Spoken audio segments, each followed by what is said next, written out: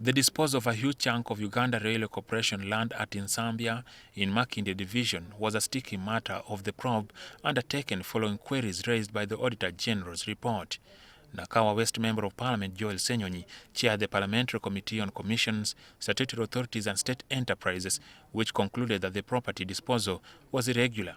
The question of land is a very problematic one. URC is one of those entities that have bought chunks and chunks of land across the country. But most of this land has been sold off over time in different phases. There was a phase where land was sold and there's no proof of payment.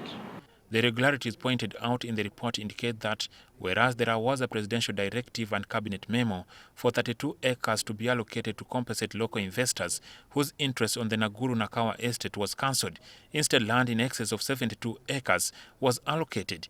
So they added 40 acres. I don't know whether they gave it to themselves or, whoever, that kind of thing. And so we're saying, wait a minute, who authorized this extra? Leave alone the fact that many of these presidential directives are problematic, but the directive was for 32 acres.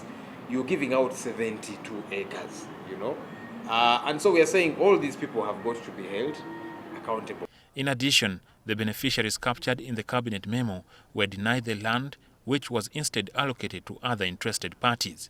A case in point is Kampala International University that erected a shopping mall on 14 acres of land instead of a university. The land, on which may still hotel and residences owned by one Janet Kobusinje, is highlighted in the report as having been given an irregular lease extension from 10 years to 49, then to 99 years. When you do that, you've got to pay premium.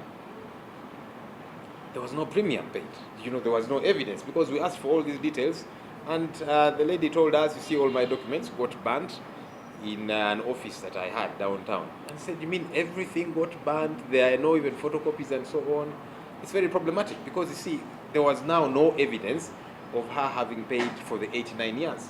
Government has never made the promised payment of 69 billion shillings for the transfer of the land from Uganda Railways Corporation to Uganda Land Commission. The committee wants both Uganda Land Commission and the individuals at the Privatisation Unit, which was housed under the Ministry of Finance, Planning and Economic Development, held culpable. In addition, the Privatisation Unit is faulted for having disposed 15 other properties in Kampala without categorization of core assets from non-core, thus fetching less than what should have been the case. They never provided valuer's report.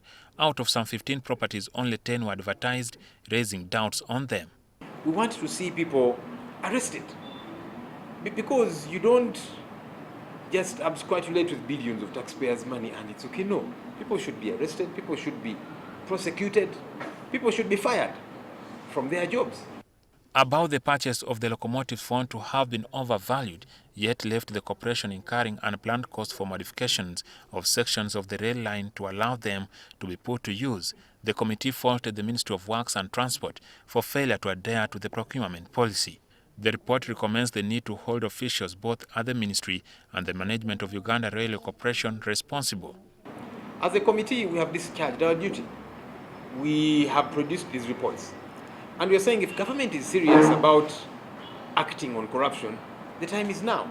The evidence is overwhelming. These reports have been adopted unanimously by Parliament. So what happened? Everybody's saying, no, there is a problem here.